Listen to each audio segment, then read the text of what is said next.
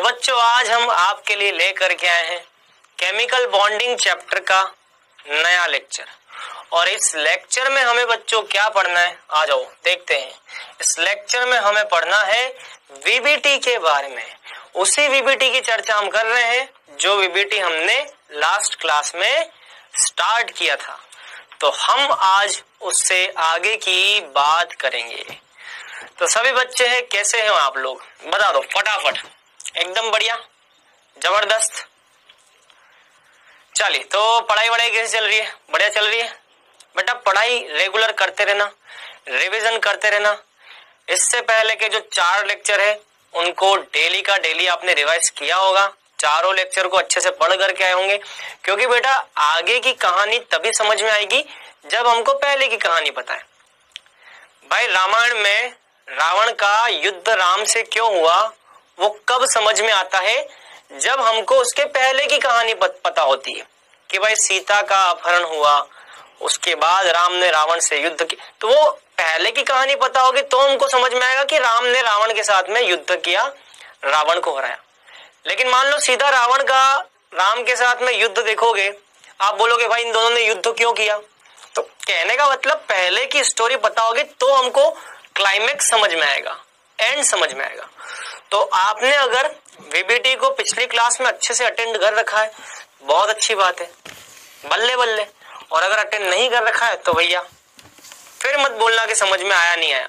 अगर पिछली class attend कर रखी है तो हमें ये समझ में आएगा, और पिछली क्लास का अगर रिवाइज करके आए हो तब। चलो, तो हम इस वीबीटी को आज आगे बढ़ाते हैं। चलो, पहले मैं थोड़ा सा रिवाइज कर लेता हूं कल की बात को। कल की बात को थोड़ा सा रिवाइज कर ले। मैंने आपको बच्चों एक ग्राफ बताया था। ये ग्राफ आप लोगों को याद होगा बेटा। पोटेंशियल एनर्जी का यहाँ पे प्लस, 0, माइनस, ये ग्राफ आपको याद होगा, याद है ना? यहाँ पे हम लिखते हैं अंतरनाभिकीय दूरी, ये भी आपको पता होगा। मैंने आपको बताया था कि जैसे जैसे हाइड्रोजन के परमाणु एक दूसरे के नजदीक आते हैं वैसे वैसे स्थितिज ऊर्जा का मान घटता जाएगा, घटता जाएगा, घटता जाएगा, और एक निम्नतम बिंदु पर पहुंच करके फिर ऊपर बढ़ेगा। बताया था। तो मैंने आपसे ये बात बोली थी कि जैसे जैसे हाइड्रोजन के परमाणु एक दूसरे के नजदीक आएंगे वैसे वैसे आकर्षण बल बढ़ेगा, और आकर्षण बल बढ़ेगा तो स्थितिज ऊर्जा का मान घटेगा। याद है ना? अरे सभी बच्चों को याद है ना? तो ये स्थितिज ऊर्जा का मान घटेगा जब आकर्षण बल बढ़ेगा। प्रतिकर्षण भी बढ़ता है लेकिन आकर्षण ज्यादा प्रभावी है। एक बिंदु पर आकर के ये मिनिमम ऊर्जा को प्रदर्शित करेगा। इस बिंदु पर आकर्षण बल और प्रतिकर्षण बल का मान क्या है? समान। और फिर यहां से प्रतिकर्षण बल प्रभावी होता है और स्थितिज ऊर्जा बढ़ जाती है। तो ये मिनिमम पॉइंट क्या है बच्चों?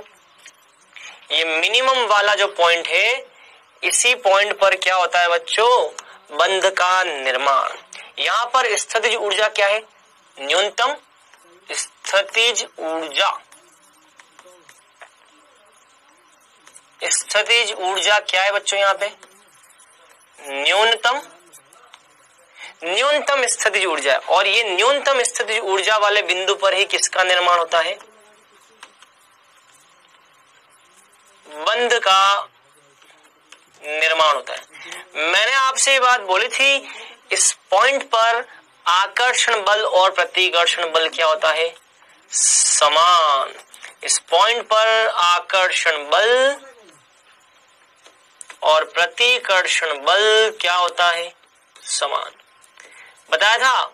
और ये वो बिंदु है जहां पर हाइड्रोजन के दोनों परमाणु क्या करते हैं? एक दूसरे के साथ अति व्यापन करते हैं। तो ये एक दूसरे के साथ अति व्यापन करते हैं।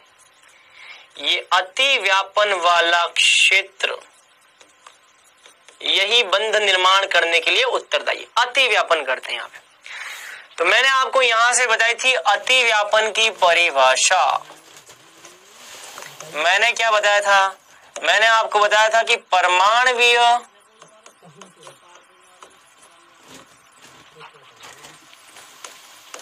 कक्षकों का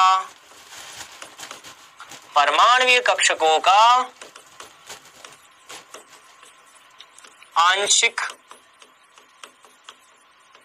विलीन होना ही, परमाणु कक्षकों का आंशिक विलीन होना ही, परमाणु कक्षकों का आंशिक विलीन होना ही अतिव्यापन कहलाता है।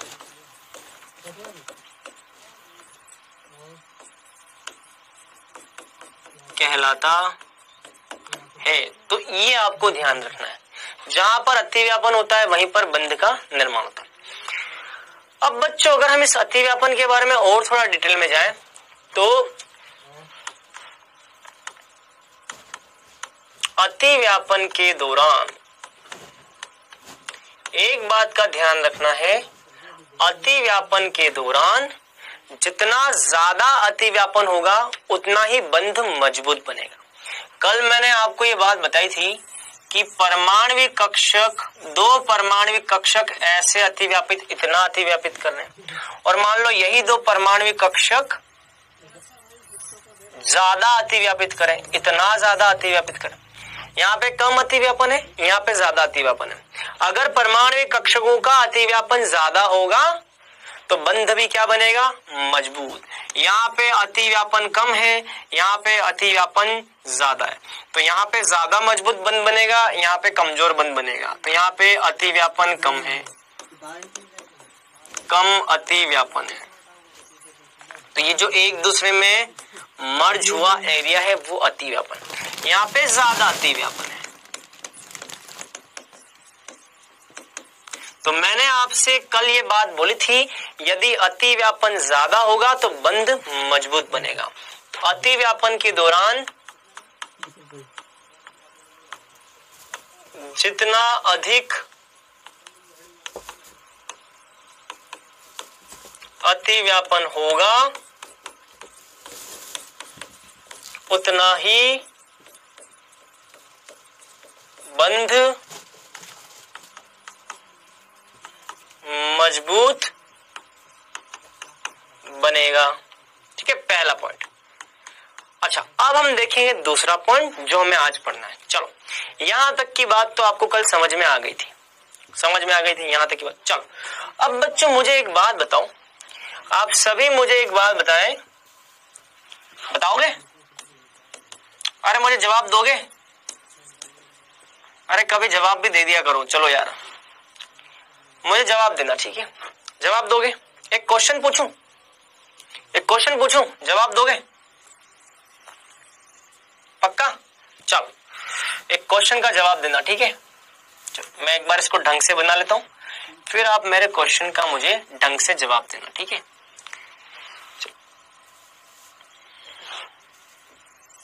एक बार मैं इसको बना लेता हूं बेटा, उसके बाद आप मुझे ढंग से बढ़िया से जवाब देना। चलो, अच्छा बेटा एक बात बताओ, ये क्या है? ये हाइड्रोजन परमाणु। भाई H2 अणु का निर्माण किया है ना हमने, तो एक हाइड्रोजन परमाणु ये है, दूसरा हाइड्रोजन परमाणु ये है, दो हाइड्रोजन परमाणु है ना। चलो, आप मुझे बताओ इस हाइड्रोजन परमाणु के पास कितना इलेक्ट्रॉन है? या चलो यहां पे समझ में नहीं आता, यहां देख लेते। चलो, ये हाइड्रोजन परमाणु, ये हाइड्रोजन परमाणु, दो हाइड्रोजन परमाणु है। बताओ हाइड्रोजन परमाणु के पास कितना इलेक्ट्रॉन है? बताओ, सभी बच्चे जवाब दो। एक इलेक्ट्रॉन। चलो, इस हाइड्रोजन परमाणु के पास एक इलेक्ट्रॉन है। चलो, दूसरे हाइड्रोजन परमाणु के पास कितना इलेक्ट्रॉन है? एक। दूसरे के पास में भी क्या है? एक इलेक्ट्रॉन। तो जब भी बच्चों अतिव्यापन होगा ना, तो इस अतिव्यापन वाले क्षेत्र में दोनों के इलेक्ट्रॉन उपस्थित होंगे विपरीत चक्रण के साथ। समझ में आया क्या बोला मैंने? ये जो अतिव्यापन वाला क्षेत्र है, इस अतिव्यापन वाले क्षेत्र में ये जो एरिया है ना बेटा, थोड़ा सा मैं आपको हाईलाइट करके बताता हूं। देखो, ये जो एरिया है ना, ये एरिया, इतना जो एरिया है ना बेटा, इतना एरिया, ये जो एरिया है बेटा, इसके अंदर वाला ये जो एरिया है, इसको हम बोलते हैं क्या? अतिव्यापन क्षेत्र। अति व्यापन का क्षेत्र है। इस अति व्यापन वाले क्षेत्र में दोनों परमाणुओं के इलेक्ट्रॉन एक दक्षिणावर्त चक्रण में होना चाहिए और दूसरा वामावर्त चक्रण में होना चाहिए। हमेशा ध्यान रखना, अति व्यापन वाले क्षेत्र के अंदर एक इलेक्ट्रॉन दक्षिणावर्त चक्रण में, दूसरा इलेक्ट्रॉन सदैव वामावर्त चक्रण में होगा। जैसे कि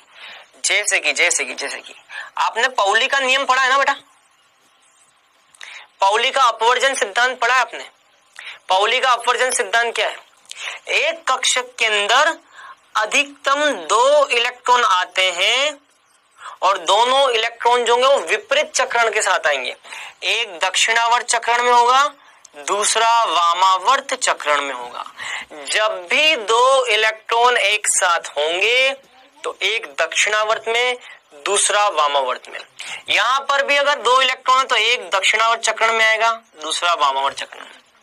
तो अति व्यापन वाले क्षेत्र में एक इलेक्ट्रॉन दक्षिणावर्त, दूसरा वामावर्त, सदैव विपरीत चक्रण के साथ आएंगे। ये ध्यान रखना है बेटा। तो अति व्यापित क्षेत्र में दोनों परमाणुओं के एक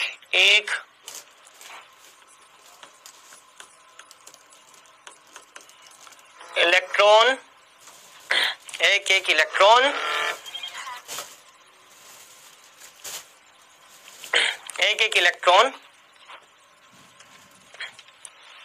सदैव विपरीत चक्रण के साथ उपस्थित होते हैं। ठीक है, एक बार इसको नोट कर लो बेटा, एक बार इसको आप नोट कर लो। मैं साइड में आता हूं, ठीक है, इसको एक बार नोट कर लो।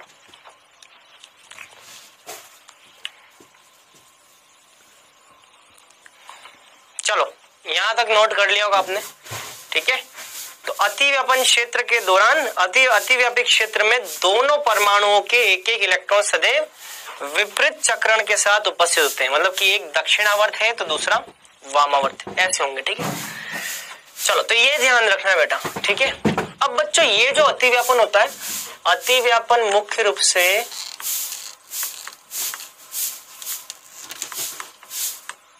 तीन प्रकार का होता है।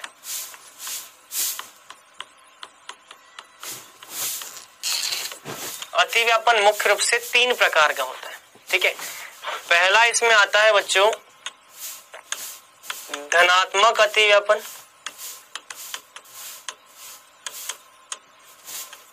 ठीक है, दूसरा इसमें आता है बेटा क्या, ऋणात्मक अति व्यापन।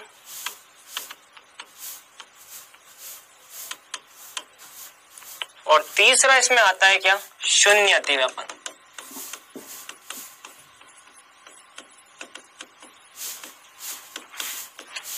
धनात्मक, ऋणात्मक और शून्य, 3 प्रकार के अति व्यापन होते हैं।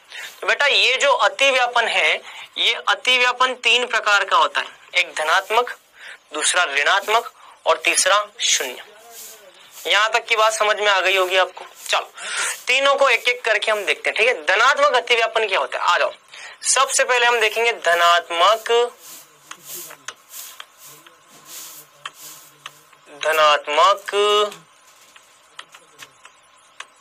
अति व्यापन। ठीक है, अंग्रेजी में क्या बोलेंगे बेटा इसको, पॉजिटिव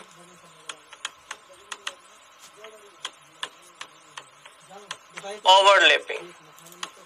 पॉजिटिव ओवरलैपिंग। ठीक है, तो अति व्यापन को हम अंग्रेजी में क्या बोलते हैं बेटा, ओवरलैपिंग।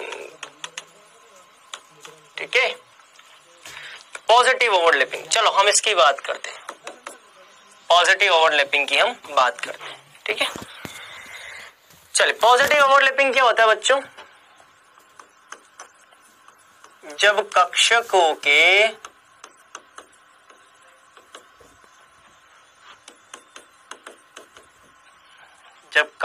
के कक्षकों के तरंग फलनों के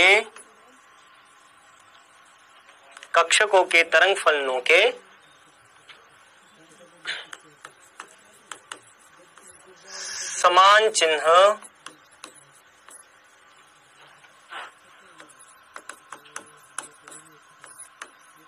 आपस में जुड़ते हैं। जब कक्षकों के तरंग फलनों के समान चिन्ह आपस में जुड़ते हैं, ठीक है, जैसे कि उदाहरण,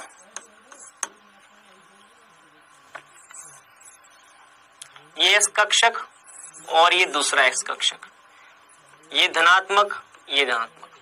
तरंग फलन क्या होता है आप जानते ही हो। तरंग फलन का मतलब होता है आप किसी भी कक्षक के तरंग फलन को किससे प्रदर्शित करते हो, साइज से प्रदर्शित करते हो ना। तो अभी हम इसका डिटेल देखेंगे, ठीक है। एक बार इसको नोट कर लो बेटा, इसको अभी मैं डिटेल में बताऊंगा, ठीक है, नोट करो एक बार, ठीक है। तो चलिए, तो मैं अब आपको समझाऊंगा तरंग फलन क्या होता है, तरंग फलन, ठीक है। बेटा आपने एटॉमिक स्ट्रक्चर के अंदर श्रोडिंगर तरंग समीकरण पढ़ा होगा, श्रोडिंगर तरंग समीकरण पढ़ा है ना। श्रोडिंगर तरंग समीकरण के अंदर आपने पढ़ा होगा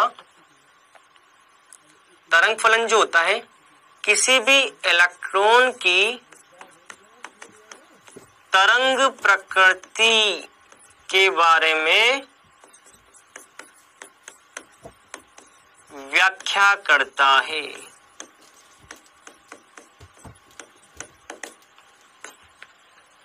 तरंग फलन का मतलब है इलेक्ट्रॉन की तरंग प्रकृति के बारे में व्याख्या करता है। जैसे कि इधर समझो, जैसे कि मान लो आपने तरंग बनाई। अब तरंग आप ऐसे बनाते हो ना, ध्वनि तरंगे आपने देख रखी होंगी, ध्वनि तरंगे देख रखी, साउंड वेव्स। साउंड वेव्स में क्या होता है, एक प्लस नीचे माइनस, फिर ये प्लस होता है ना। तो तरंगों में एक तो प्लस वाला चिन्ह होता है और एक माइनस वाला चिन्ह होता है। तो तरंग फलन का मतलब है जो इलेक्ट्रॉन की तरंग प्रकृति को प्रदर्शित करता है। पहले तो आप ये बताओ मुझे, क्या आप सभी ने पदार्थों की तरंग प्रकृति के बारे में सुना है? पहले तो मुझे ये पता चला मैं पढ़ाता जा रहा हूं, आपको समझ में ही ना आए कि भैया तरंग फलन क्या होता है। कक्षकों के तरंग फलनों के समान चिन्ह आपस में जुड़ते हैं। तरंग फलन का मतलब होता है बच्चों, ये इलेक्ट्रॉन की तरंग प्रकृति के बारे में व्याख्या करता है। चलो मैं आपको थोड़ा समझाता हूं। आपने डी ब्रोगली का द्वैत सिद्धांत पढ़ा है बच्चों, डी ब्रोगली का द्वैत सिद्धांत पढ़ा है, डी ब्रोगली का द्वैत सिद्धांत पढ़ा है आपने। डी ब्रोगली के द्वैत सिद्धांत में पढ़ा होगा कि कोई भी द्रव्य जो होता है ना बच्चों, गतिशील द्रव्य, ये गतिशील द्रव्य बच्चों दो प्रकार की प्रकृति रखता है। एक कणीय प्रकृति, जो गतिशील द्रव्य होता है, गतिशील पदार्थ जो होता है, उसकी दो प्रकार की प्रकृति होती है, एक कणीय प्रकृति, एक तरंगीय प्रकृति। ये दोनों सुने हैं या नहीं सुने, आप नहीं बताओ। कणीय प्रकृति, कण मतलब कि जैसे मान लो मैं आपके सामने खड़ा हूं, मैं जिस रूप में आपके सामने खड़ा हूं, ये कणीय प्रकृति है। अगर आपसे कोई बोले कि बताओ सर जो आपके सामने खड़े हैं, ये सर की कौन सी प्रकृति, कणीय या तरंगीय, तो आप मुझे जैसा देखते हो ये होती है मेरी कणीय प्रकृति। और तरंग का मतलब, तरंग ऐसा होता है, तरंग ऐसे चलती ना, पानी की लहरें बनती है ना, तरंग ऐसे बनती है, पानी की लहरें बनती है। तो बच्चों किसी भी पदार्थ की गतिशील कण की दो प्रकार की प्रकृति होती है, एक तो कणीय, जैसे कण के रूप में होता है कणीय प्रकृति, और एक होती है बच्चों उसकी तरंगीय प्रकृति। तो इलेक्ट्रॉन के साथ में भी ऐसा ही, इलेक्ट्रॉन एक छोटा कण है। इलेक्ट्रॉन क्या है, इलेक्ट्रॉन एक छोटा कण है। अब इलेक्ट्रॉन अगर छोटा कण है तो इलेक्ट्रॉन की भी दो प्रकार की प्रकृति होंगी। इलेक्ट्रॉन की एक तो हो जाएगी तरंगीय प्रकृति, इसका था इलेक्ट्रॉन की भी क्या हो जाएगी, इलेक्ट्रॉन की एक तो हो जाएगी तरंगीय प्रकृति, और इलेक्ट्रॉन की एक हो जाएगी कणीय प्रकृति। इलेक्ट्रॉन भी दो प्रकार की प्रकृति शो कर सकता है। तो जब भी इलेक्ट्रॉन गति करेगा तो दो प्रकार की प्रकृति प्रदर्शित करेगा। अच्छा प्रोटॉन, चलो प्रोटॉन भी जब गति करेगा तो इसकी भी दो प्रकार की प्रकृति होंगी, कणीय और तरंगीय।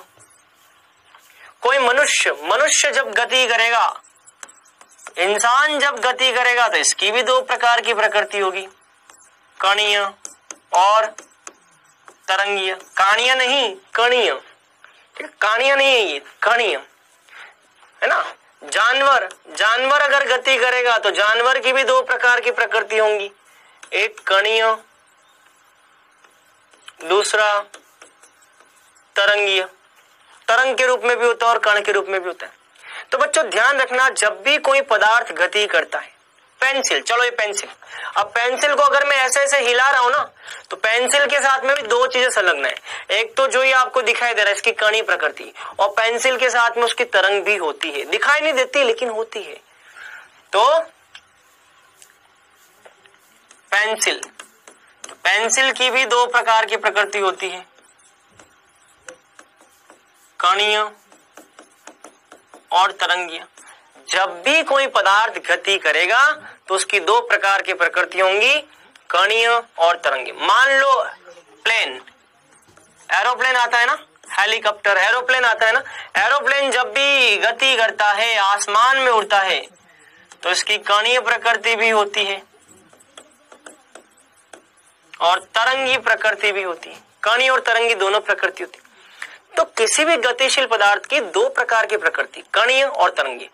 कणीय प्रकृति मतलब कि जिसको आप देख रहे हो, अभी आप मुझे जिस अवस्था में देख रहे हो, ये मेरी क्या है, कणीय प्रकृति।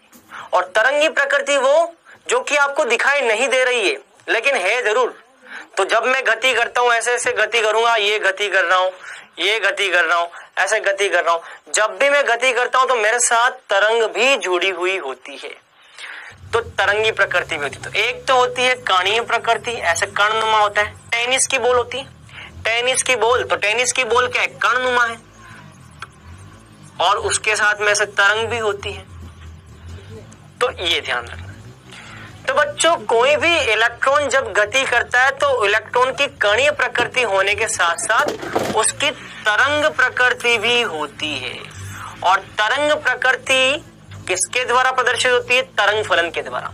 कोई भी आपसे पूछे कि बताओ तरंग फलन का मतलब क्या है, तो ये किसी भी पदार्थ की तरंग प्रकृति के बारे में व्याख्या करता है। तो तरंग फलन क्या होता है, अगर कोई आपसे पूछ ले तो तरंग फलन का मतलब ये किसी भी पदार्थ की तरंग प्रकृति के बारे में व्याख्या करता है।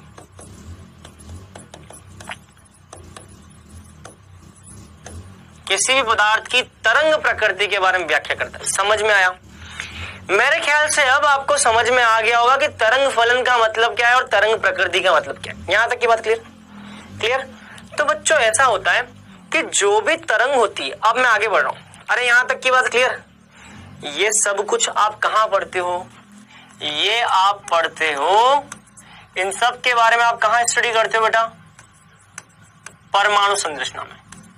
ये सारी बातें किस चैप्टर में आती हैं, परमाणु संरचना में। ये सब कुछ जो भी मैंने बताया है ये परमाणु संरचना चैप्टर में है, लेकिन मैंने आपका रिवाइज करा दिया। ठीक है, मैंने आपको रिवाइज करा दिया थोड़ा थोड़ा। अब मुझे एक बात बताओ, जब भी कोई तरंग ऐसे ऐसे ऐसे गति करेगी तो यहाँ पे 0 लिखा हुआ है, 0 से ऊपर यहाँ पे क्या होगा, प्लस। तो 0 वाली रेखा के ऊपर जो आएगा वो प्लस, और 0 वाली रेखा के नीचे जो आएगा वो माइनस। तो यहाँ आ जाएगा माइनस। 0 वाली ये जो रेखा है इसके ऊपर प्लस, इसके नीचे माइनस। तो तरंग का एक चिन्ह प्लस वाला होता है, तरंग का दूसरा चिन्ह माइनस वाला। जैसे कि ये एस कक्षक है, तो ये हाइड्रोजन परमाणु का क्या है, एस कक्षक। ये दूसरे हाइड्रोजन परमाणु का क्या है, एस कक्षक। जब भी एस एस कक्षक मिलेंगे और इनके समान चिन्ह जुड़ते हैं तो इसे हम क्या बोलते हैं, धनात्मक अतिव्यापन। ये क्या है, धनात्मक अतिव्यापन, क्योंकि दोनों परमाणविक कक्षकों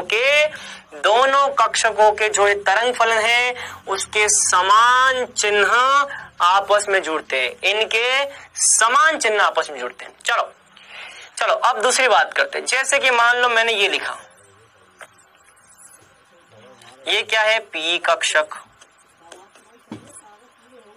चलो, और ये एक और पी कक्षक, ये प्लस चिन्ह, ये माइनस चिन्ह।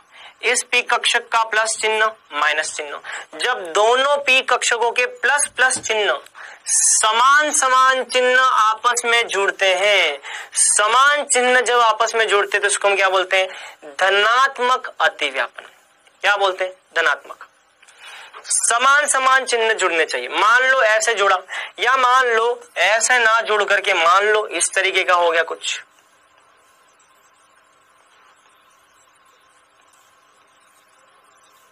मान लो ऐसा कुछ हो गया, ये माइनस ये प्लस, ये माइनस ये माइनस ये प्लस।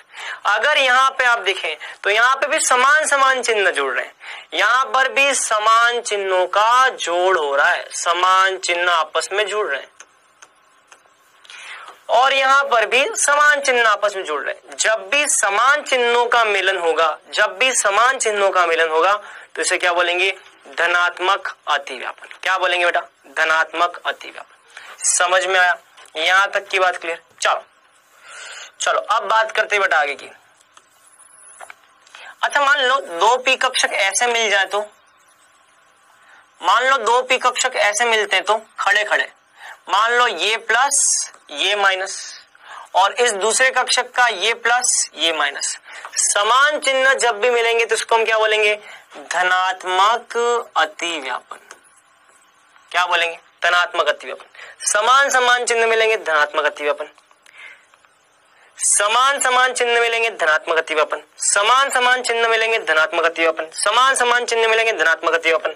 चलो अब मुझे बताओ, सभी बच्चे लाइव चैट के अंदर जाओ और मुझे इस प्रश्न का आंसर बताओ। अगर मान लो दो कक्षक ऐसे मिलते हैं, प्लस प्लस माइनस माइनस, क्या ये धनात्मक अतिव्यापन है? जल्दी से लाइव चैट में मुझे कमेंट करके बताओ। ऐसे मिले तो धनात्मक अतिव्यापन, ऐसे मिले तो ये भी क्या? अरे जल्दी से, ये भी धनात्मक अतिव्यापन। क्यों? समान समान चिन्ह आपस में जुड़ते हैं। तो इसको मान लो एक्स अक्ष, ठीक है, इसको क्या मान लो? एक्स अक्ष, और ये वाली अक्ष जो है इसको आप मान लो वाई अक्ष, और ये जो अक्ष है इसको आप मान लो जेड अक्ष। ऐसे, ठीक है। ये वाली जो अक्ष है, ये सीधी जो अक्ष आती है इसको आप मान लो एक्स अक्ष, ये जो सीधी अक्ष आती है इसको आप मान लो एक्स अक्ष। समझ रहे हो मेरी बात? तो ऐसे। चलो धनात्मक हो गया। चलो धनात्मक के बाद अब हम आते हैं बेटा ऋणात्मक पे। दूसरा क्या? ऋणात्मक अतिव्यापन। चलो ऋणात्मक अतिव्यापन, नेगेटिव ओवरलैप, ठीक है। ऋणात्मक अतिव्यापन का मतलब, ऋणात्मक अतिव्यापन का मतलब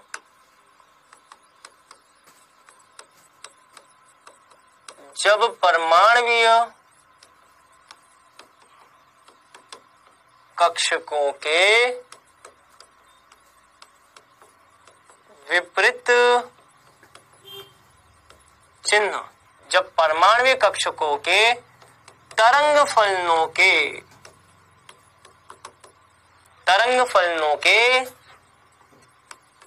विपरीत चिन्ह आपस में जुड़ते हैं,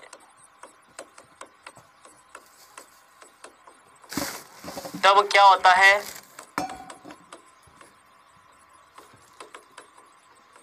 तब ऋणात्मक अतिव्यापन होता है। जब परमाणुीय कक्षकों के तरंग फलनों के विपरीत चिन्ह आपस में मिलते हैं तो ऋणात्मक अतिव्यापन होता है। मतलब कि ऐसा कुछ देखो, जैसे मान लो एक्स अक्ष, बताओ एक्स अक्ष पर कौन सा पी कक्षक होता है? एक्स अक्ष पर कौन सा पी कक्षक होगा? जल्दी से लाइव चैट में जाओ और मुझे कमेंट करके बताओ, एक्स अक्ष पर कौन सा पी कक्षक होता है? P x. एक्स अक्ष पर कौन सा पी कक्षक है? P x. पी एक्स के साथ जुड़ जाए, लेकिन इसका प्लस तो इसका माइनस। समझ में आई बात? समझ में आई? प्लस माइनस आपस में जुड़ेंगे, विपरीत चिन्ह आपस में जुड़ेंगे तो इसको हम बोलेंगे ऋणात्मक अतिव्यापन। चलो और क्या हो सकता है, ऐसा हो सकता है,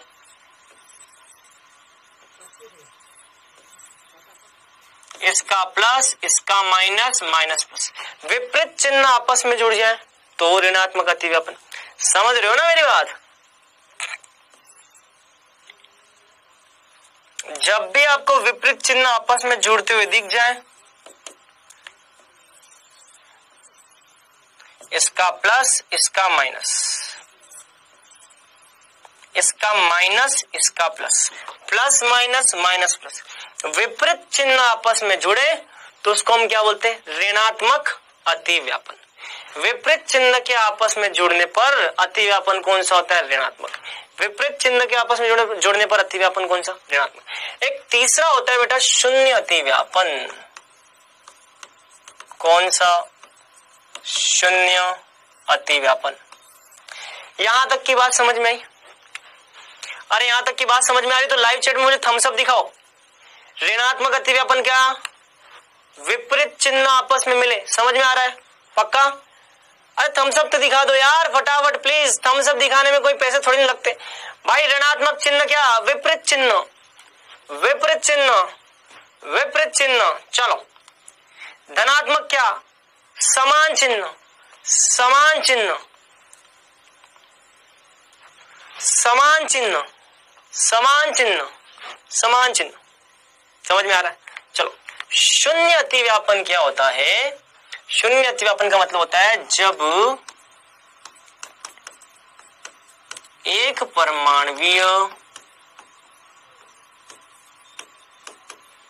कक्षक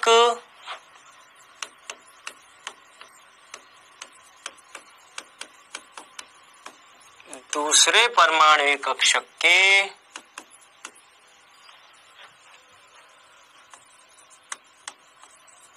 नोड वाले स्थान पर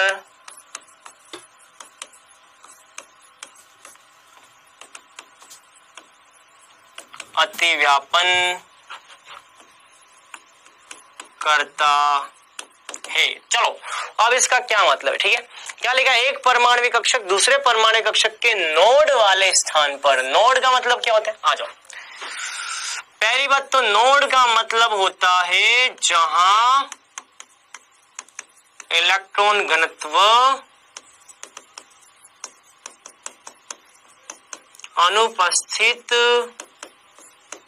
होता है। जहां इलेक्ट्रॉन घनत्व अनुपस्थित होता है, नोड का मतलब है जहां इलेक्ट्रॉन घनत्व अनुपस्थित होता है। जैसे कि मान लो पी कक्षक, यहाँ प्लस है यहाँ माइनस है। अब मुझे बताओ पी कक्षक के अंदर, ये मैंने कोई पी कक्षक बना रहा, इस पी कक्षक के अंदर ये बीच वाला स्थान क्या है बताओ? क्या यहाँ पे कोई इलेक्ट्रॉन घनत्व है? नहीं। यहाँ बीच में क्या है, इलेक्ट्रॉन घनत्व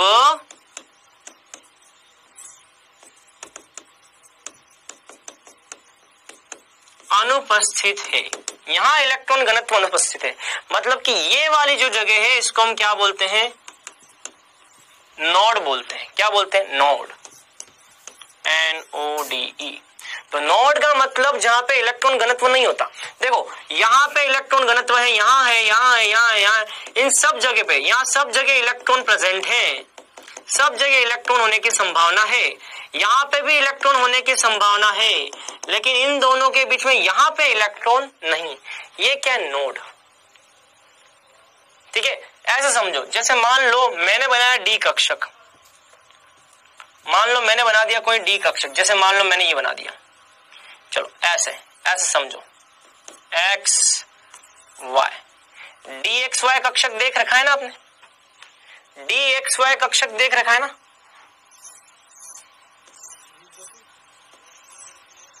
डी एक्स वाई कक्षक की आकृति तो पता होगी ना? ये डी एक्स वाई कक्षक है ना, डी एक्स वाई कक्षक है। अब मुझे बताओ कि ये डी एक्स वाई कक्षक में यहाँ पे देखो, यहाँ पे इलेक्ट्रॉन घनत्व है, यहाँ सब जगह इलेक्ट्रॉन उपस्थित होने की प्रायिकता है, प्रोबेबिलिटी। यहाँ सब जगह इलेक्ट्रॉन उपस्थित होंगे, यहाँ भी होगा, यहाँ पे भी इलेक्ट्रॉन्स होंगे, यहाँ पर भी इलेक्ट्रॉन्स होंगे, यहाँ पर भी इलेक्ट्रॉन्स होंगे, लेकिन यहाँ कहीं बीच में इलेक्ट्रॉन्स नहीं है। ये वाला जो एरिया है इसको हम क्या बोलते हैं बेटा, नोड बोलते हैं। क्या बोलते हैं? नोड। नोड का मतलब जहां पे इलेक्ट्रॉन उपस्थित नहीं है। तो बच्चों शून्य अतिव्यापन का मतलब होता है जब एक परमाणविक कक्षक दूसरे परमाणविक कक्षक के नोड वाले स्थान पर अतिव्यापन करता है। मतलब कि एक परमाणविक कक्षक दूसरे परमाणविक कक्षक के नोड वाले स्थान पर अतिव्यापन करता है। ये देखिए बच्चों, ये S कक्षक है और ये P कक्षक है। ये P कक्षक का यहाँ पे कौन सा स्थान है? ये P कक्षक का नोड वाला एरिया है। इस नोड वाले क्षेत्र के साथ में S कक्षक क्या कर रहा है? अतिव्यापन। तो S कक्षक का अतिव्यापन क्या हो रहा है? देखो, ये नोड वाली जगह पे क्या कर रहा है? ये अतिव्यापन कर रहा है। तो नोड वाले स्थान पर ही क्या कर रहा है? नोड वाले स्थान पर ही क्या कर रहा है? अतिव्यापन कर रहा है। नोड वाले स्थान पर अगर अतिव्यापन करेगा तो इसको हम क्या बोलेंगे बेटा? शून्य अतिव्यापन। ये है शून्य अतिव्यापन। नोड वाले स्थान पर अतिव्यापन कर रहा है, शून्य अतिव्यापन। चलो दूसरा एग्जाम्पल आ जाओ, एक और एग्जाम्पल। मान लो एक P कक्षक आपने ये ले रखा है। नोड वाला स्थान कौन सा? ये नोड वाला। इस नोड वाले स्थान पर दूसरा P कक्षक जाकर के अतिव्यापन करे। देखो देखो देखो देखो, ध्यान से देखो, ये P कक्षक और ये दूसरा P कक्षक। बात समझ में आ रही है? ये वाला P कक्षक ये पहले वाले P कक्षक के, ये नोड वाला स्थान, ये है आपका नोड वाला स्थान। नोड वाले स्थान पर अतिव्यापन कर रहा है। एक P कक्षक के साथ में दूसरा P कक्षक उसके नोड वाले स्थान पर अतिव्यापन कर रहा है। जब भी नोड वाले स्थान पर अतिव्यापन होगा तो इन दोनों को हम क्या बोलेंगे? इन दोनों को हम बोलेंगे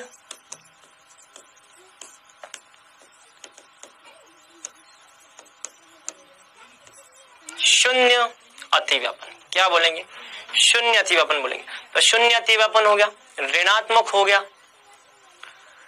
धनात्मक हो गया, ये तीन हो गया। अब बच्चों एक बात ध्यान रखना, हमने अतिव्यापन के कुल कितने प्रकार पढ़े? हमने अतिव्यापन के 3 प्रकार पढ़े, धनात्मक, ऋणात्मक और शून्य। लेकिन ध्यान रखना, बंध का निर्माण केवल और केवल धनात्मक अतिव्यापन से ही होता है।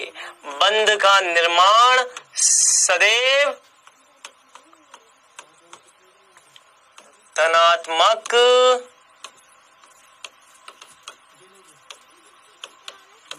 अतिव्यापन से ही होता है। मतलब कि कोई भी बंध का निर्माण आप करना चाहते हो वो केवल और केवल धनात्मक अतिव्यापन से होगा। अतिव्यापन 3 प्रकार के, एक धनात्मक, दूसरा ऋणात्मक, तीसरा शून्य। हमेशा एक बात ध्यान रखना, जो धनात्मक अतिव्यापन होता है उसी से क्या होता है? बंध का निर्माण। क्योंकि बंध कब बनता है? जब बंध के बीच में इलेक्ट्रॉन घनत्व बहुत ज्यादा हो। और इलेक्ट्रॉन घनत्व में वृद्धि कब होती है? जब धनात्मक अतिव्यापन होता है। तो केवल धनात्मक अतिव्यापन से ही बंध का निर्माण क्यों होता है? क्योंकि बंध बनने के दौरान इलेक्ट्रॉन घनत्व में वृद्धि होती है तथा इलेक्ट्रॉन घनत्व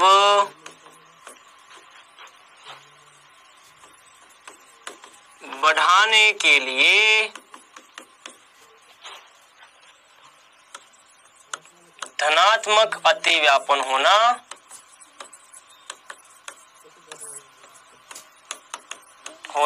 आवश्यक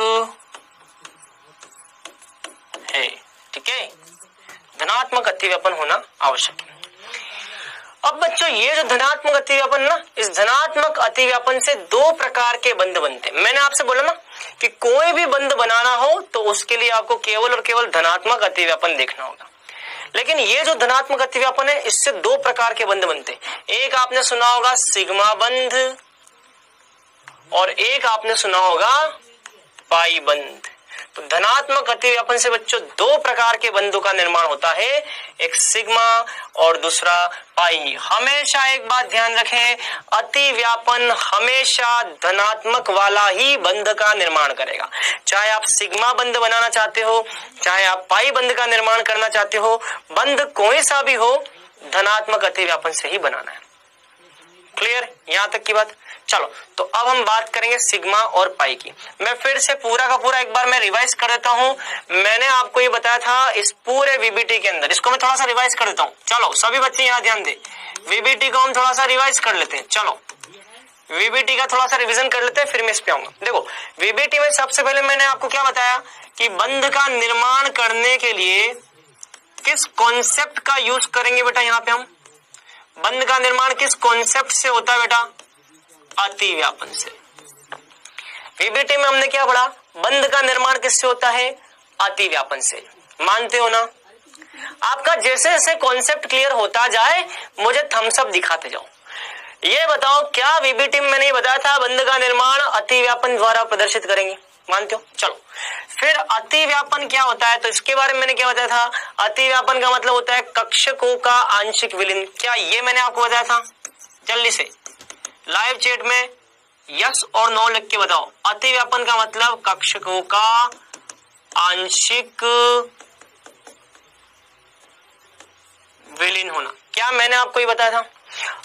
अब ये कक्षकों का आंशिक विलीन होना क्या कहलाता है? अतिव्यापन। ये जो अतिव्यापन है कितने प्रकार का है मैंने क्या बताया था? धनात्मक, ऋणात्मक और शून्य बताया था मैंने। ये अरे मैंने ये बात बताई थी आपको, धनात्मक, ऋणात्मक, शून्य। धनात्मक कब होता है? जब तरंग फलनों के समान चिन्ह आपस में मिलते हैं। ऋणात्मक क्या होता है? जब विपरीत चिन्ह आपस में मिलते हैं। शून्य क्या होता है? जब एक परमाणु कक्षक के नोड वाले स्थान पर दूसरे परमाणु कक्षक अतिव्यापन करे, शून्य बोलते हैं। बंध का निर्माण केवल और केवल किससे होगा? धनात्मक से। केवल धनात्मक ही क्या करेगा? बंध का निर्माण। और ये धनात्मक अतिव्यापन से कितने प्रकार के बंधों का निर्माण होगा? दो प्रकार के बंधों का निर्माण होगा, एक सिग्मा और दूसरा पाई। हम आ चुके हैं अब सिग्मा और पाई पे। तो मुझे बताओ जल्दी से, क्या ये रिवीजन आपको समझ में आया? हम किस तरीके से वीबीटी का इस्तेमाल कर रहे हैं बंधों के निर्माण के लिए, क्या ये आपको समझ में आया? Concept clear? फटाफट जल्दी से लाइव चैट में जाओ, थम्स अप दिखाओ। सबसे पहले वीबीटी शुरू किया।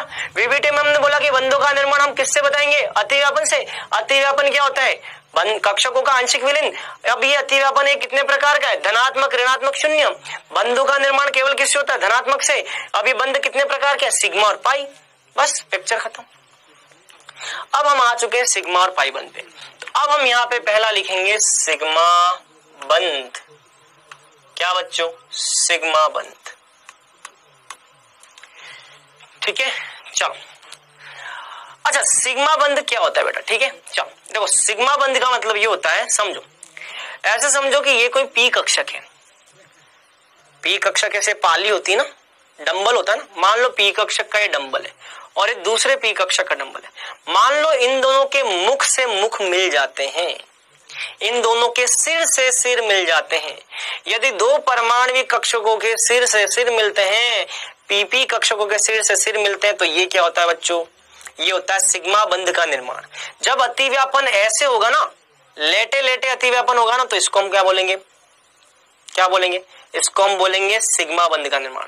और यही दोनों कक्षक ऐसे खड़े हो जाएं, जब खड़े खड़े अतिव्यापन होगा तो इसको इससे क्या बनेगा? पाई बंध बनेगा। तो जब दोनों के देखो, ये पी कक्षक का सिर, ये दूसरे पी कक्षक का सिर, दोनों के सिर सिर मिलेंगे तो सिग्मा बनेगा। और दोनों के साइड वाले शरीर आपस में जुड़ेंगे तो इससे क्या बनेगा? पाई कक्षकों का निर्माण होगा।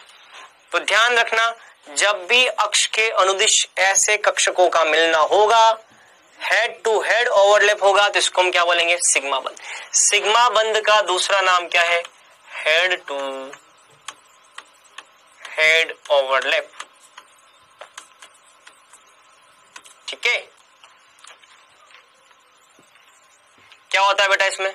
इसमें कुछ इस प्रकार से होता है। ये पी एक्स कक्षक, एक्स अक्ष, एक्स अक्ष पर कौन सा होगा, पी एक्स कक्षक, और इसी एक्स अक्ष पर क्या होगा, दूसरा पी एक्स कक्षक। तो आपने क्या किया, अतिव्यापन तो हमेशा धनात्मक होगा, अतिव्यापन तो हमेशा धनात्मक होगा, लेकिन इस धनात्मक अतिव्यापन में दोनों के सर आपस में मिल रहे हैं, ये पी एक्स कक्षक, ये पी एक्स कक्षक, इन दोनों के माथे आपस में टकरा जाएंगे, इन दोनों के सर टकरा जाएंगे। तो ये पी एक्स कक्षक का मान लो ये सिर है, ये सिर है, ये दूसरे पी एक्स कक्षक का क्या है, सिर है। हेड टू हेड, हेड का मतलब क्या होता है बेटा, सिर, हेड टू हेड ओवरलैप, सिर से सिर का मिलना, ये क्या है, अक्षों के अनुदिश, इसको हम क्या बोलते हैं, अक्षों के, हेड टू हेड ओवरलैप को हम क्या बोलते हैं, अक्षों के अनुदिश होने वाला अतिव्यापन। जब भी दोनों के सिर इस तरह से आकर के मिलेंगे तो इसको हम बोलते हैं अक्षों के अनुदिश होने वाला अतिव्यापन, अंतरनाभिकीय अक्ष के अनुदिश होने वाला अतिव्यापन। इसको हम थोड़ा सा और बढ़िया से लिखते हैं, अंतरनाभिकीय अक्षों के अनुदिश होने वाला अतिव्यापन। तो यदि मान लो एक्स अक्ष कोई अंतरनाभिकीय अक्ष है, अंतरनाभिकीय अक्ष का मतलब क्या होता है, अंतरनाभिकीय अक्ष का मतलब क्या है, वह अक्ष जो कक्षकों के नाभिकों को आपस में जोड़ती है। क्या लिखा है बच्चों, वह अक्ष जो कक्षकों के नाभिक को आपस में जोड़ती है। ये कक्षकों का नाभिक ये रहा, ये नाभिक ये रहा, इस नाभिक को इस नाभिक से जोड़ने वाली ये क्या है, ये अक्ष है। तो ये जो अक्ष है ना बेटा, इस अक्ष को हम क्या बोलते हैं, अंतरनाभिकीय अक्ष। ये एक्स अक्ष जो है ये अंतरनाभिकीय अक्ष है, नाभिक को नाभिक से जोड़ रही है, कक्षकों के नाभिक को नाभिक से जोड़ रही है। नोड वाला स्थान, ये नोड वाला स्थान क्या है भैया, यहीं पे तो नाभिक है, नाभिक, यहाँ पे इलेक्ट्रॉन घनत्व थोड़ी होता, नाभिक के पास कोई इलेक्ट्रॉन घनत्व नहीं होता, नाभिक पे इलेक्ट्रॉन घनत्व नहीं होता पी कक्षक का। तो पी कक्षक का जो नाभिक वाला एरिया है वहां पे इलेक्ट्रॉन घनत्व नहीं है, नोड है। तो नाभिक से नाभिक को जोड़ने वाला अक्ष, वह अक्ष जो कक्षकों के नाभिक को आपस में जोड़ती, इसी को हम बोलते हैं अंतरनाभिकीय अक्ष। ठीक है, तो ये सारी कहानी बच्चों ये आप नोट कर लो, फिर हम आगे की बात करेंगे। एक बार इतना नोट कर लो फटाफट जल्दी से, ठीक है। मैं एक बार इसकी आपको डेफिनेशन भी लिखवा देता हूँ ताकि ये वाला पार्ट हो जाए, उसको आप एक साथ नोट कर लेना, फिर हम इससे आगे की बात इसको नोट करने के बाद लिखते हैं। एक बार आप इसकी परिभाषा लिख लो ताकि इतना पार्ट हो जाएगा हमारा, ठीक है। तो इस बंध का निर्माण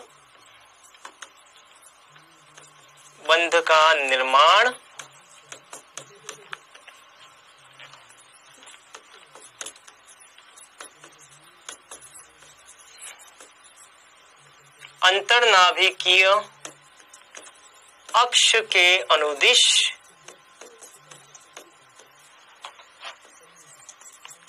कक्षकों के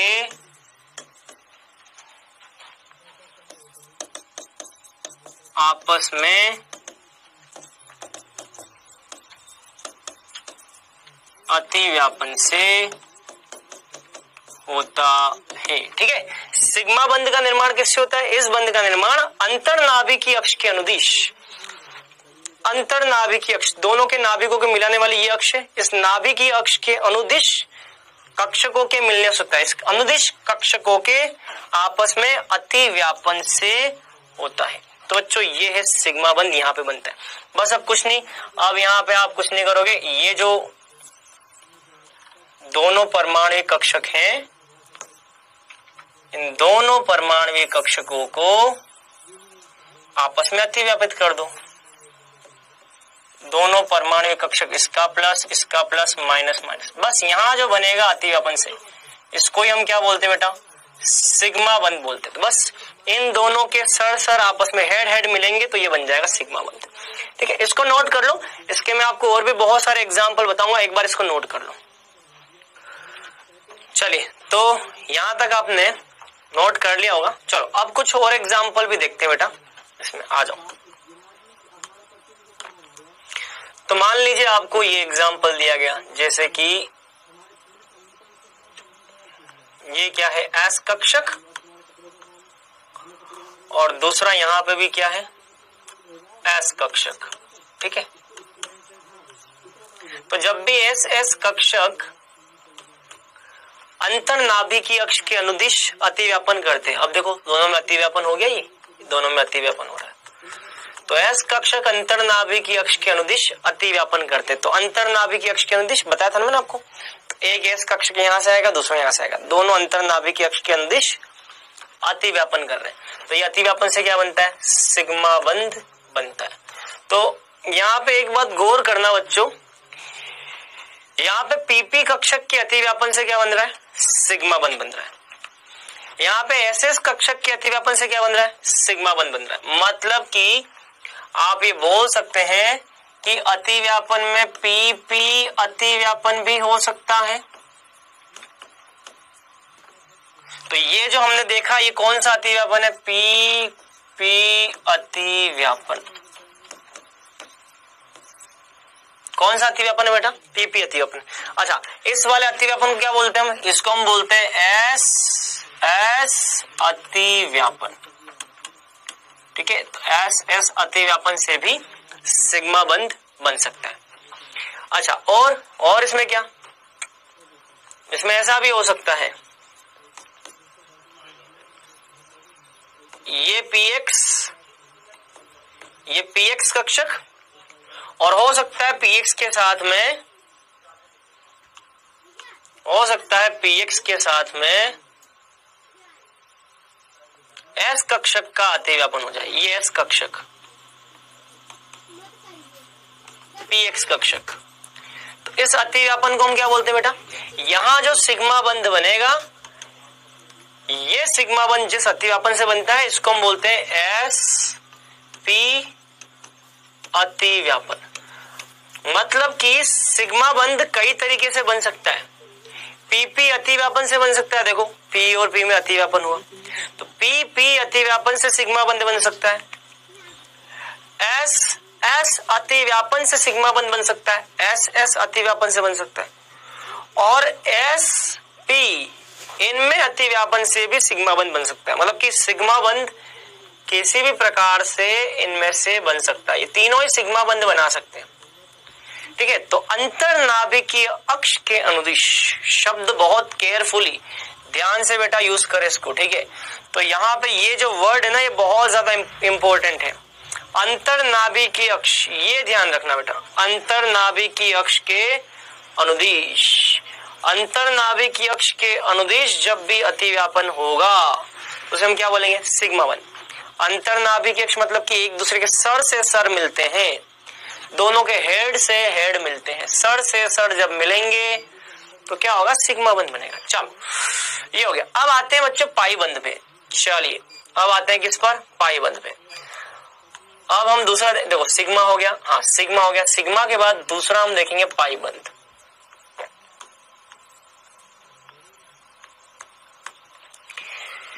पाई बंध किससे बनता है, पाई बंध का निर्माण जो होता है बच्चों, वो अक्ष के लंबवत पी कक्षकों के अतिव्यापन से होता है।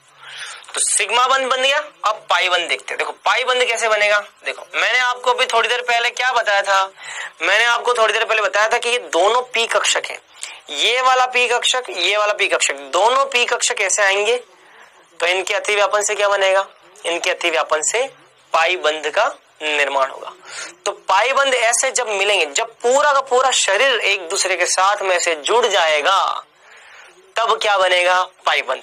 तो जब भी दो लोगों का मिलन ऐसे होगा तो पाई बंध, और जब भी दो लोगों का मिलन ऐसे होगा तो सिग्मा बंध। समझ में आ रही है बात, ठीक है।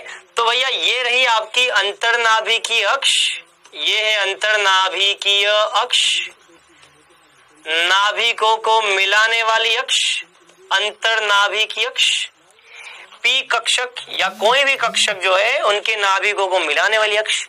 इस अक्ष पर जब भी दो पी कक्षक ऐसे आएंगे, जब जब पूरा का पूरा शरीर इस तरह से एक दूसरे के साथ मिल जाएगा तो उसको बोलेंगे क्या, पाई बंध का निर्माण। तो देखो एक पी कक्षक यहाँ पे, दूसरा पी कक्षक यहाँ पे, तो दो पी कक्षक एक दूसरे के साथ समपार्श्विक अतिव्यापन करते हैं। इस प्रकार के अतिव्यापन को हम क्या बोलते हैं बेटा, इस प्रकार के अतिव्यापन को हम बोलते हैं समपार्श्विक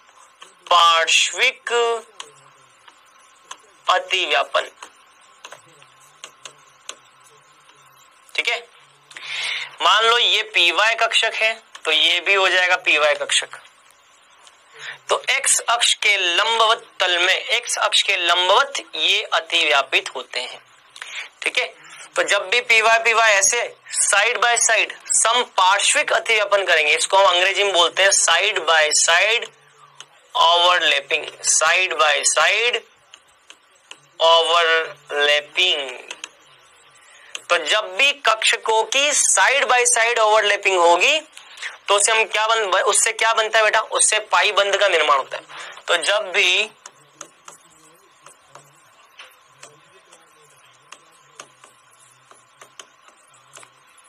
कक्षकों का अतिव्यापन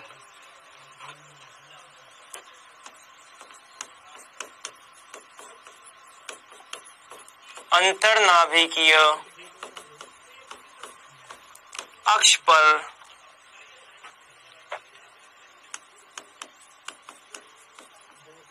पार्श्विक रूप से होता है, पार्श्विक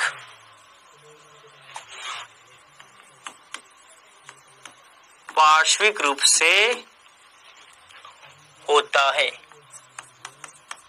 ठीक है, तो जब भी कक्षकों का अतिव्यापन अंतर्नाभिकीय अक्ष पर पार्श्विक रूप से होता है, पार्श्विक रूप बोलो समपार्श्विक। पार्श्विक का मतलब बच्चों ऐसे साइड बाय साइड ओवरलैप, एक पी कक्षक ऐसे और दूसरा पी कक्षक ऐसे, तो साइड बाय साइड ओवरलैप जो है इसी को हम बोलते हैं पार्श्विक या समपार्श्विक। कई बार इसको हम समपार्श्विक बोलते हैं, समपार्श्विक, समपार्श्विक अतिव्यापन। ठीक है, पार्श्विक समपार्श्विक कुछ भी बोलो, समपार्श्विक अतिव्यापन से होता है। ठीक है, ठीक है, चलो ये है बच्चों पाई बंध का निर्माण। तो यहाँ पे जो पाई बना है वो किससे बना है बच्चों, पी वाई के अतिव्यापन से पाई बना। अच्छा, और कोई तरीका हो सकता है, बिल्कुल हो सकता है। मान लो एक्स अक्ष अंतर्नाभिकीय अक्ष है, मान लो यहाँ पे आपको पीजेड दे रखा है, क्या दे रखा है, पीजेड। पीजेड आपस में से पार्श्विक अतिव्यापन कर जाए ऐसे, ये पीजेड और पीजेड दोनों पार्श्विक अतिव्यापन कर जाए, तो जब दोनों साइड बाय साइड ओवरलैपिंग करेंगे, ठीक है, तो इससे बनने वाला बंध भी क्या हो जाएगा बेटा, पाई बंध हो जाएगा। तो जब भी अंतर्नाभिकीय अक्ष के ऐसे लंबवत है ना, इसके 90 डिग्री पर, 90 डिग्री पर होता है ना, ऐसे भी अतिव्यापित हो तब भी 90 डिग्री, ऐसे अतिव्यापित हो तब भी 90, पाई बंद हो जाए। तो जब भी अंतर्नाभिकीय अक्ष के ऐसे लंबवत है ना, इसके 90 डिग्री पर, 90 डिग्री पर होता है ना, ऐसे भी अतिव्यापित हो तब भी 90 डिग्री, ऐसे अतिव्यापित हो तब भी 90 डिग्री। जेड अक्ष पर जो पीजेड है वो एक्स अक्ष से क्या होता है, 90 डिग्री पर। तो एक्स अक्ष की तुलना में एक्स अक्ष पर ये पीजेड कक्षक जो था वो 90 डिग्री पर होता है। मान लो ऐसे समझो, मान लो एक अक्ष है, अब एक्स अक्ष पर पीजेड ऐसे होगा, पी वाई ऐसे होगा, तो पीजेड भी 90 डिग्री पर है और पी वाई भी 90 डिग्री पर है, मतलब कि पीजेड 90 डिग्री पर और पी वाई भी 90 डिग्री पर। तो भाई एक्स अक्ष के अनुदिश अंतर्नाभिकीय अक्ष के अनुदिश हो तो सिग्मा बंध, समपार्श्विक अतिव्यापन हो तो पाई बंध बनेगा। पीजेड में भी समपार्श्विक हो तो उससे भी क्या बनेगा, पाई बंध बनेगा। ये ध्यान रखना, ठीक है। अच्छा, एक बात यहाँ पे बहुत ज्यादा इंपॉर्टेंट ध्यान रखें, एस ऑर्बिटल कभी भी पाई बंध का निर्माण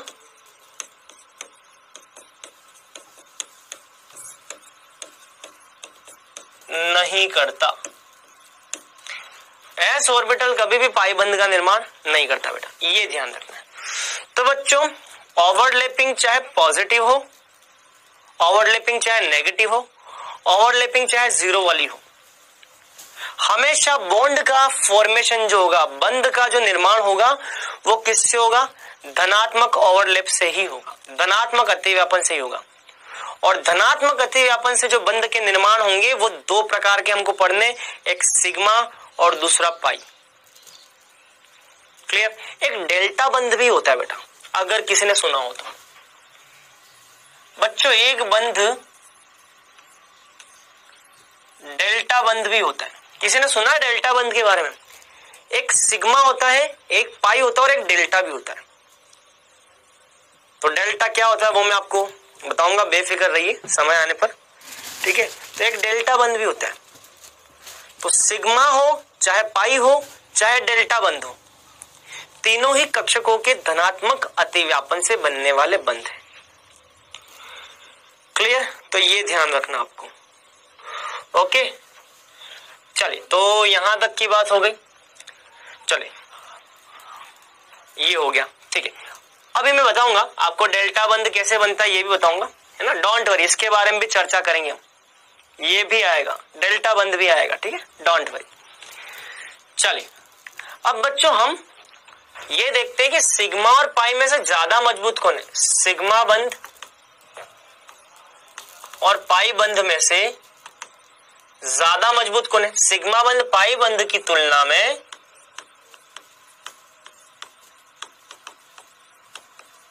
ज्यादा मजबूत बंध होता है, ज्यादा मजबूत बंध होता है।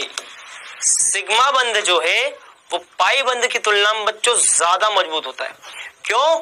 क्योंकि हमेशा सिग्मा बंध जो है वो पहले बनता है और पाई बंध बाद में बनता है। जो बंध पहले बनेगा वो मजबूत भी ज्यादा होगा। अच्छा, सिग्मा बंध पहले क्यों बनता है? क्योंकि पहले अंतरनाभिकीय अक्ष के अनुदिश कक्षक मिलते हैं, उसके बाद पार्श्विक अतिव्यापन होता है।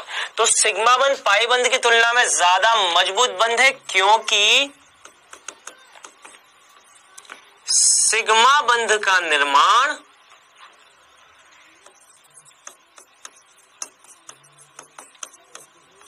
पाई बंध की तुलना में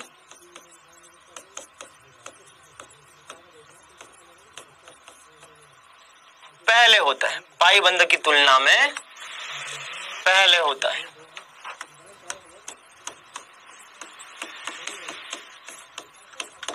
सिग्मा बंध पहले बनता है। पहले क्यों बनता है? सिग्मा बंध पहले इसलिए बनता है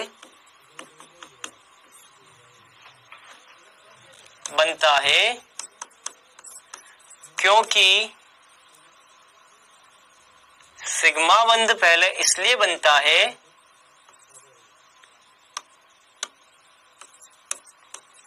क्योंकि सदैव अतिव्यापन पहले अक्षों के अनुदिश होता है। अक्ष कौन सा? अंतरनाभिकीय।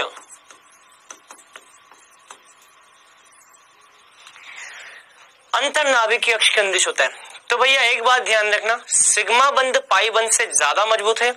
क्यों? क्योंकि पहले सिग्मा बंध बनेगा, उसी के बाद पाई बंध बनेगा। सिग्मा बंध पहले क्यों बनता है? क्योंकि पहले कक्षक अंतरनाभिकीय अक्ष के अनुदिश अतिव्यापन करेंगे, फिर उनमें पार्श्विक अतिव्यापन होगा। तो पार्श्विक अतिव्यापन बाद में होता है, पहले वो अंतरनाभिकीय अक्ष के अनुदिश अतिव्यापन करते हैं। तो ये रीजन है बेटा, ये ध्यान रखना। चलो अब वीबीटी सिद्धांत को और अच्छे से समझने के लिए चलो अब हम एक CH4 अणु की व्याख्या करते हैं, वीबीटी अणु को और बढ़िया तरीके से समझने के लिए। अब हम व्याख्या करते हैं CH4 अणु में बंध के निर्माण की वीबीटी के आधार पर। यहां तक की बात क्लियर? यहां तक की बात क्लियर है? बढ़िया से। यहां तक की बात क्लियर? कौन ज्यादा मजबूत है, कौन कम मजबूत है, कौन पहले बनता है, कौन बाद में बनता है? बच्चों यहाँ पे एक पॉइंट रह गया, डेल्टा बंध। ये डेल्टा बंध क्या होता है और कौन से कक्षक बनाते हैं वो भी मैं आपको बताऊंगा बाद में, डोंट वरी। लेकिन इस पे जाने से पहले हम कवर करेंगे CH4 अणु में बंध के निर्माण की प्रक्रिया को। चलो, CH4 अणु में बंध का निर्माण कैसे होता है आइए देखते हैं। CH4 अणु के अंदर आप सभी को अच्छे से पता है कि कार्बन जो है वो कितने बंध बना रहा है? कार्बन जो है वो 4 बंध बनाता है। कार्बन कितने बंध बनाता है? 4 बंध बनाता है। हमेशा ध्यान रखना, CH4 में कार्बन 4 बंध बनाता है और जितने बंध बनाता है, कार्बन जितने बंध बनाता है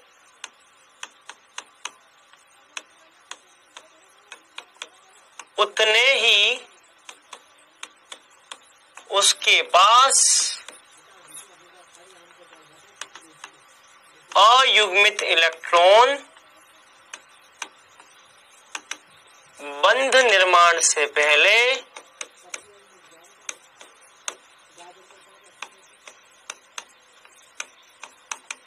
होने चाहिए। ठीक है, जैसे कि CH4। चलो, इसका क्या मतलब है अभी बताऊंगा। तो CH4 अणु की व्याख्या हमको किसके आधार पर करनी है? VBT के आधार पर। सभी बच्चे यहां देखेंगे ध्यान से, CH4 अणु में हमको बंध निर्माण की व्याख्या किसके आधार पर करनी है? VBT। बस हमें एक बात जो ध्यान रखनी है इस पूरी थ्योरी में, वो ये रखनी है कि जितने बंध बनाता है कार्बन, तो कार्बन जितने बंध बनाता है, कार्बन जितने बंध बनाता है उतने ही उसके पास अयुग्मित इलेक्ट्रॉन होने चाहिए।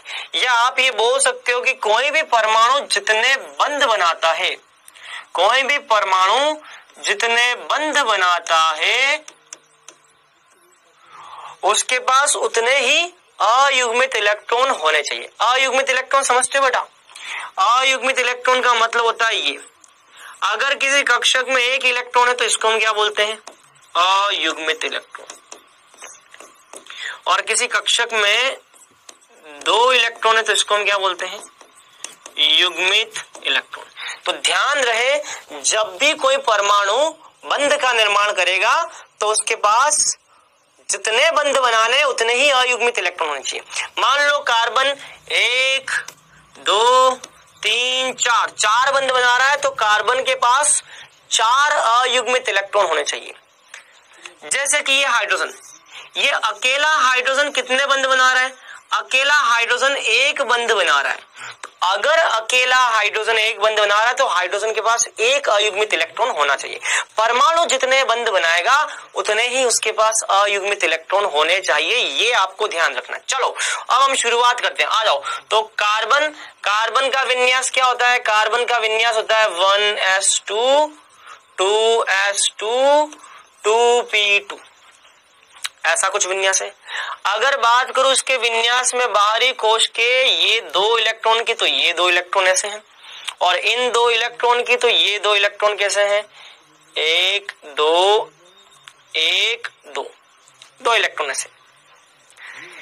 यदि आप कार्बन की बात करें तो कार्बन में अभी कितने इलेक्ट्रॉन है? अयुग्मित इलेक्ट्रॉन। कार्बन के पास अभी 2 अयुग्मित इलेक्ट्रॉन है। कार्बन के पास कितने अयुग्मित इलेक्ट्रॉन है? कार्बन के पास अभी 1 और 2 अयुग्मित इलेक्ट्रॉन है। बात समझ में आ रही बच्चों? मेरी बात समझ में आई यहां तक? कार्बन को 4 बंध बनाने बेटा, अगर 4 बंध बनाने तो कार्बन को कितने अयुग्मित इलेक्ट्रॉन चाहिए? 4 अयुग्मित इलेक्ट्रॉन चाहिए। लेकिन कार्बन के पास अभी कितने अयुग्मित इलेक्ट्रॉन है? कार्बन के पास 2 अयुग्मित इलेक्ट्रॉन है। इसका मतलब अगर कार्बन को 4 बंध बनाने तो यहाँ पे 4 अयुग्मित इलेक्ट्रॉन लेकर आने होंगे। चलो, ये 4 अयुग्मित इलेक्ट्रॉन कैसे आएंगे? यहां से एक इलेक्ट्रॉन जंप करके चला जाएगा यहाँ। जैसे यहां से एक इलेक्ट्रॉन यहां जाएगा तो अब विन्यास कैसा बन जाएगा? अब विन्यास बन जाएगा 1 2 3 और एक इलेक्ट्रॉन अगर आगे जाएगा तो ये हो जाएगा 1। तो कार्बन के पास अब अयुग्मित इलेक्ट्रॉन कितने हो गए? कार्बन के पास अयुग्मित इलेक्ट्रॉन हो गए 4, कार्बन के पास 4 अयुग्मित इलेक्ट्रॉन हो गए। तो कार्बन के पास यहाँ पे 2 अयुग्मित इलेक्ट्रॉन है, मुझे कितने चाहिए 4 अयुग्मित। 4 अयुग्मित इलेक्ट्रॉन कार्बन के पास कब आएंगे, जब यहाँ से इलेक्ट्रॉन जंप करके चला जाएगा आगे वाली कक्षा में। इलेक्ट्रॉन का जंप करना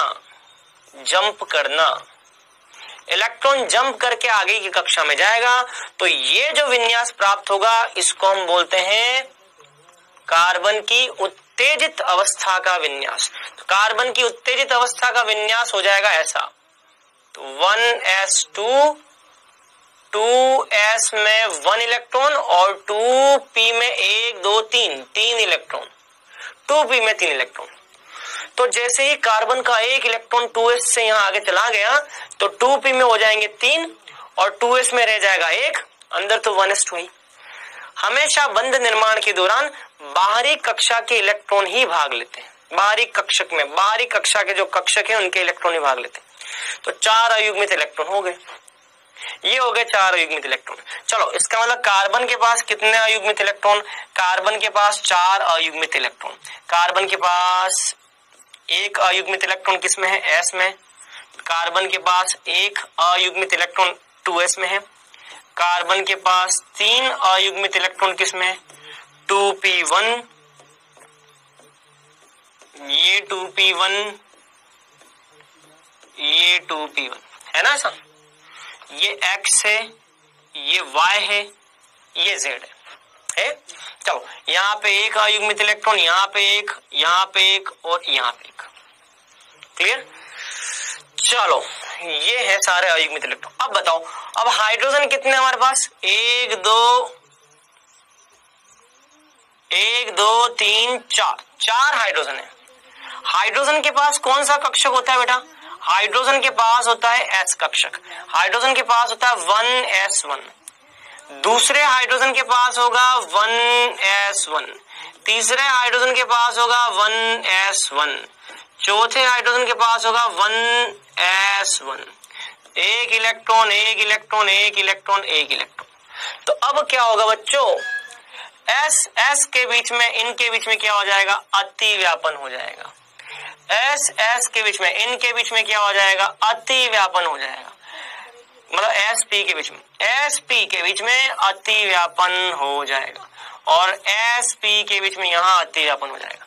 मतलब कि कार्बन के पास यहाँ टोटल कितने, s अति व्यापन। तो देखो कार्बन के पास कैसे हो जाएगी सिचुएशन, देखो कार्बन के पास 1 अयुग्मित, दूसरा अयुग्मित, तीसरा अयुग्मित, चौथा अयुग्मित। कार्बन के पास यहाँ कौन सा है, s कक्षक, ये s कक्षक। तो ये s कक्षक और हाइड्रोजन का s कक्षक, हाइड्रोजन का यहाँ पे s कक्षक। कार्बन का s और हाइड्रोजन का s, ये दोनों क्या करेंगे, अतिव्यापन करेंगे। कार्बन का s और हाइड्रोजन का s, ये दोनों क्या करेंगे, अतिव्यापन। चलो ऊपर की तरफ कौन है, कार्बन का p कक्षक। यहाँ पे कौन होता है, यहाँ पे होता है कार्बन का p कक्षक, यहाँ कार्बन का p कक्षक। तो कार्बन का p कक्षक जो है, कार्बन का p कक्षक, मैं एक काम करता हूँ, मैं इसको अगले पेज पे बनाता हूँ बेटा। ठीक है, एक काम करते हैं, इस पूरे को अगले पेज पर बनाते हैं। इस पूरे को मैं काम करता हूँ नेक्स्ट पेज पे बनाता हूँ। ठीक है, चलो तो कार्बन के पास कितने बंध है, देखो कार्बन के पास ये हाइड्रोजन, ये हाइड्रोजन बंध, ये हाइड्रोजन बंध, ये हाइड्रोजन। तो कार्बन के पास क्या क्या अतिव्यापन हो रहा है, s अतिव्यापन, sp अतिव्यापन, sp और sp। तो देखो यहाँ पे क्या आएगा, मान लो ये sp अतिव्यापन, sp अतिव्यापन, sp अतिव्यापन और ये s अतिव्यापन। तो 4 प्रकार के अतिव्यापन हो गए। कार्बन में एक तो हो जाएगा s अतिव्यापन और कार्बन में 3 हो जाएंगे, 1 2 3 हो जाएंगे sp अतिव्यापन। ठीक है, तो इस प्रकार से CH4 में बंधों का निर्माण होता है। CH4 में ऐसे बंध बनते हैं बेटा।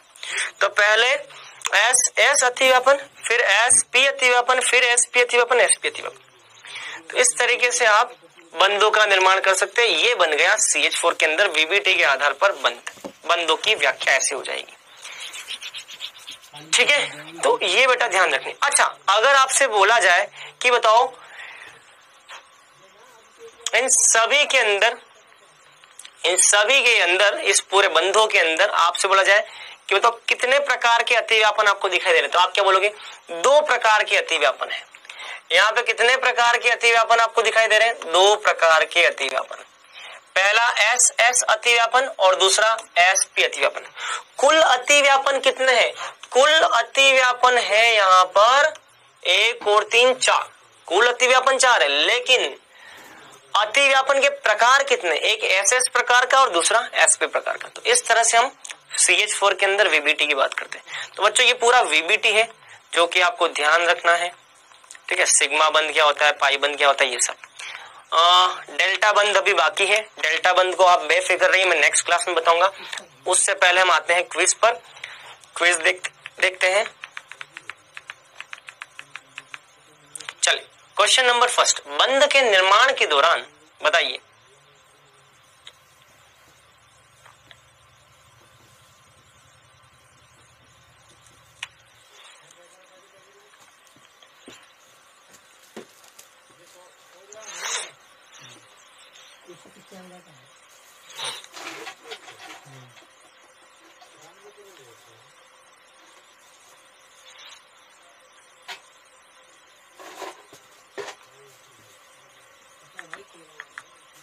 चलिए दूसरे क्वेश्चन पे आते हैं। बंध के निर्माण के दौरान आकर्षण बल प्रतिकर्षण बल से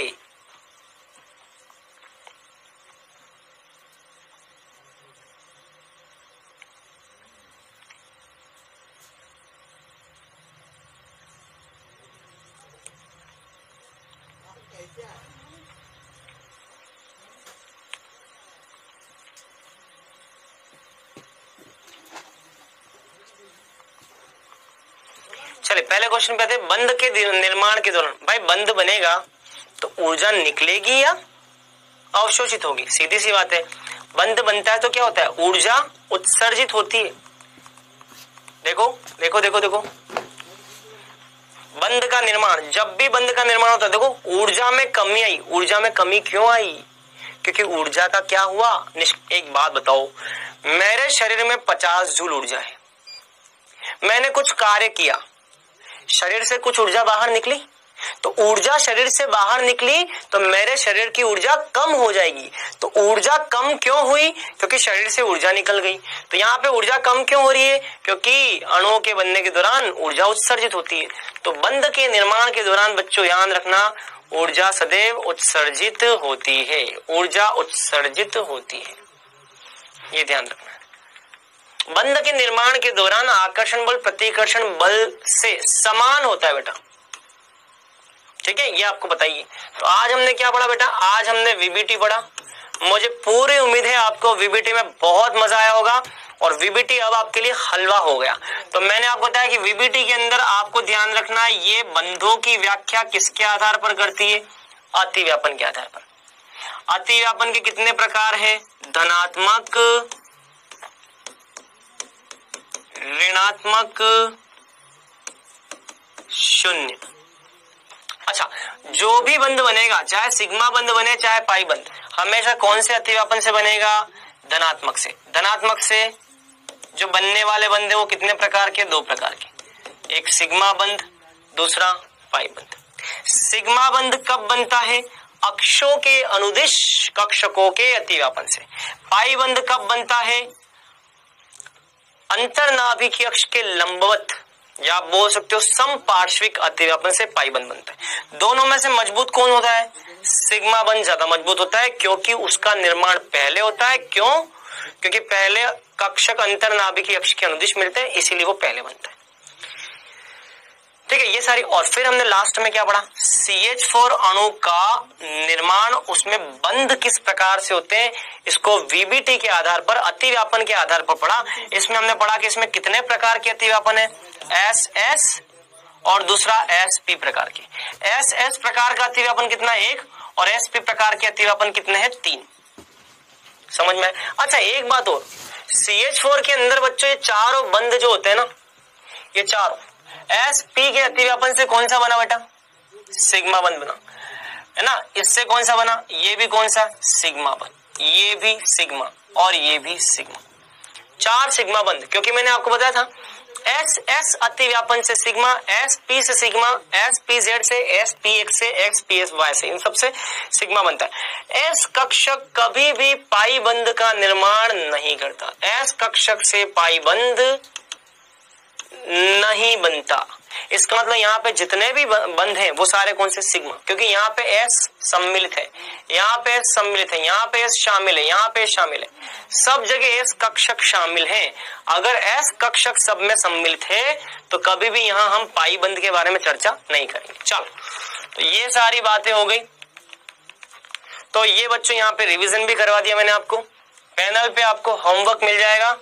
अगली क्लास में हम पढ़ेंगे अनुनाद और औपचारिक आवेश के बारे में, और हम इनके कुछ क्वेश्चंस भी देखेंगे। ठीक है बच्चों, चलिए तो आज हम इतना ही पढ़ेंगे। नेक्स्ट क्लास में टॉपिक नया देखेंगे और साथ ही साथ कुछ अभ्यास प्रश्न भी करेंगे। ठीक है, चलिए आज के लिए इतना ही। बेस्ट।